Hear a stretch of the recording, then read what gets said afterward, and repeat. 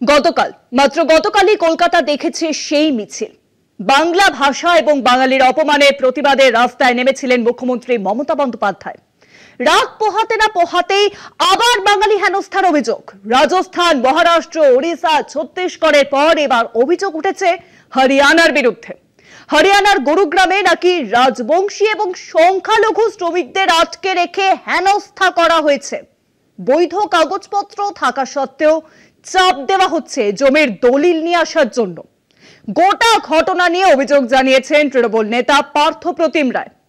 দুঃখের কথা এই, কিছুদিন আগেই হরিয়ানার রাজ্যপাল হয়েছেন বাঙালি নেতা অসীম ঘোষ। তারপরেও ঘটল এই ঘটনা। বিরোধীরা মনে করছেন বিজেপি যারা করেন দেশ ভাষা তাদের কাছে কিছুই নয়, দলদাস হওয়াটাই তাদের একমাত্র নিয়তি। এর বেশি কিছু বলতে এবার খারাপ লাগছে, কিন্তু এটাও আমাদের কাজ যে আপনাদের দেখানো কিভাবে দিনের পর দিন বাঙালি হেনস্থা চলছে দেশ জুড়ে।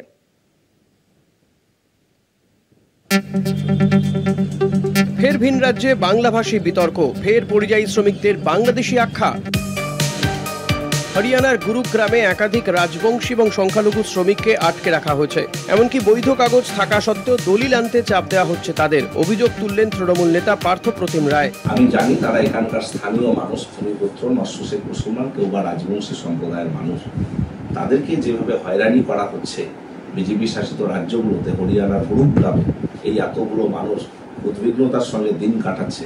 পুলিশ বারে বারে তাদের এলাকায় যাচ্ছে, তাদের খোঁজ করছে, তাদের ডকুমেন্টস দেখতে চাইছে, থানায় ডেকে পাঠাচ্ছে, তাদেরকে নাজেহাল করে তুলছে।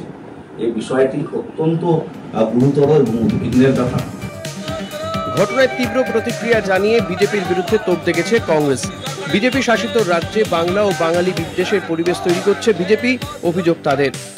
অসভ্য বর্বর একটা নিম্ন রুচির দল হচ্ছে বিজেপি। বাংলা বিদ্বেষী একটা সরকার, একটা দল এবং বাঙালি বিদ্বেষী।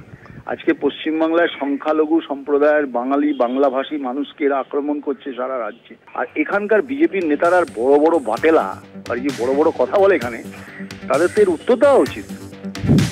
সম্প্রতি হরিয়ানার রাজ্যপাল হিসেবে ঘোষণা করা হয়েছে এক বাঙালি তথা প্রাক্তন বিজেপি সভাপতি অসীম ঘোষের নাম। তারপরও বাংলা বিদ্বেষের অভিযোগ উঠেছে সেই রাজ্যেই। বাংলার বাইরে বাংলাভাষী এ রাজ্যের পরিযায়ী শ্রমিকদের ওপর হেনস্থা নিয়ে বারবার সরব হয়েছেন তৃণমূল নেত্রী মমতা বন্দ্যোপাধ্যায়। বিষয়টি নিয়ে প্রধানমন্ত্রী দ্বারস্থ হওয়ার কথাও বলেছেন। এমনকি বীরভূমের বাংলাভাষী কিছু শ্রমিককে বাংলাদেশি সন্দেহে পুশব্যাকেরও অভিযোগ উঠেছে।